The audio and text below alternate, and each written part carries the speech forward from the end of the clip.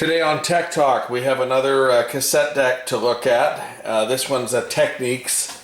I guess a more of a basic machine. I don't really know much about this one. It's an RSB18 that was, again, it was given to me a long time ago. I don't even know where this came from. I probably had this sitting in my workshop storage area for a dozen or more years. What piqued my interest on this one here is because it also features DBX noise reduction in addition to Dolby B and C. And that's why I've hung on to this, because I used to do all of my recordings back in the day when cassette tapes were the in thing, before we had digital recording, before we had DAT, before we had mini discs, before we had recordable CDs. We had reel-to-reel cassette and, God forbid, 8-track tapes. We're going to take a look at this cassette deck. I have no idea what's wrong with it. I have no idea if it works. I've never even plugged this thing in. Oh, I've just plugged it in now. And it does look like it does have a fluorescent display, which looks kind of nice. And it lights up. And that's always a good sign. But I don't know if it works or not. I don't know if it's on speed. Looks to be, the heads don't look to be too bad. They don't look to be dirty. Looks to be, might be a fair bit of wear on this head. We'll just take a look at that. And I don't know if you guys know how you can determine if a head is worn or not, but there's a rule of thumb that if you can hook your fingernail onto the wear marks on a head, it's worn out, or it's getting worn. And if we look at this one here, if I put my finger in here and I hook my finger on there, I can actually feel the groove on the front of this head here, right there. There's the wear mark. And I can actually hook my fingernail on there. So this head, it is showing signs that this machine has had a fair bit of use over the years. Whether it's worn out or not, that I don't know. But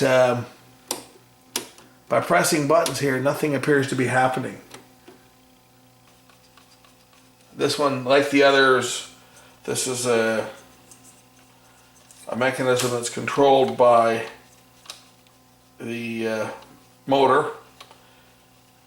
Everything's controlled by the motor, and the motor does not appear to be doing anything.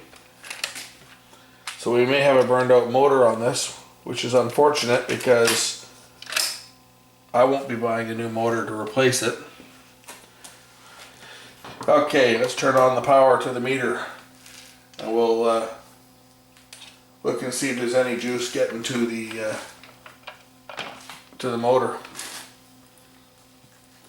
It's a DC motor, so if I put my probes on here and measure, oh, I've got no voltage.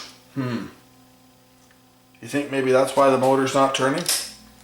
I guess we have to actually pull the deck out. I want to see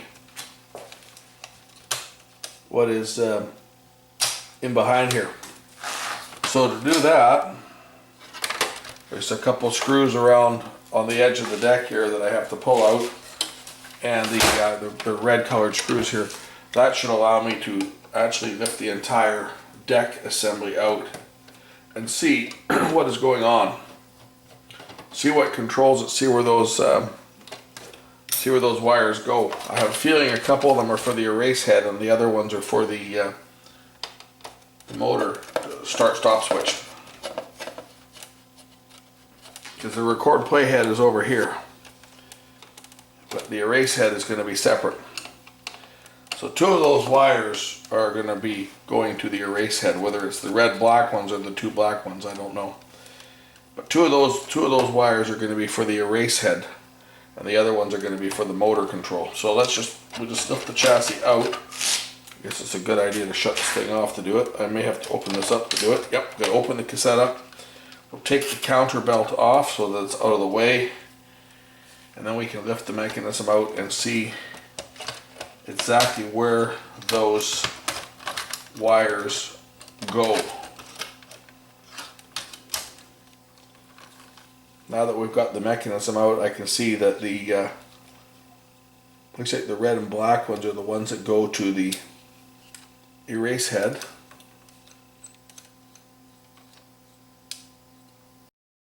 One black wire that comes up here, That appears to go to a switch up here for muting. Actually, if you look here, that goes to this little leaf switch, but that little leaf switch is closed when the machine is in stop or fast forward or rewind.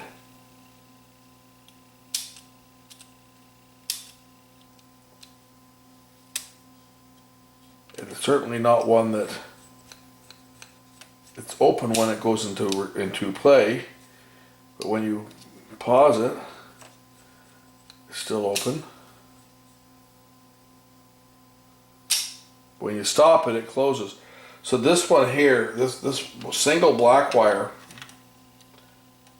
that's got 8 volts on it when it's unplugged, but it's got 0 on it when it's plugged in, that's a muting switch. That's just to mute the sound. So we should have voltage. This motor looks like it's one that runs all the time. It doesn't shut off.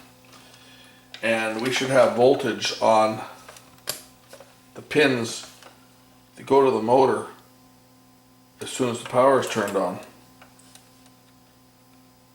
which we don't. So we have a source of 12 volts, as this is a 12 volt motor.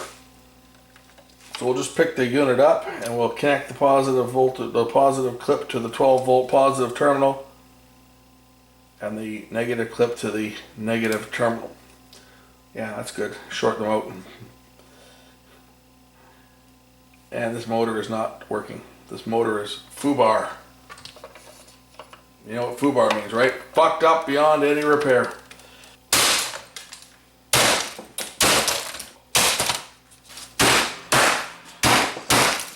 There. Now I feel better.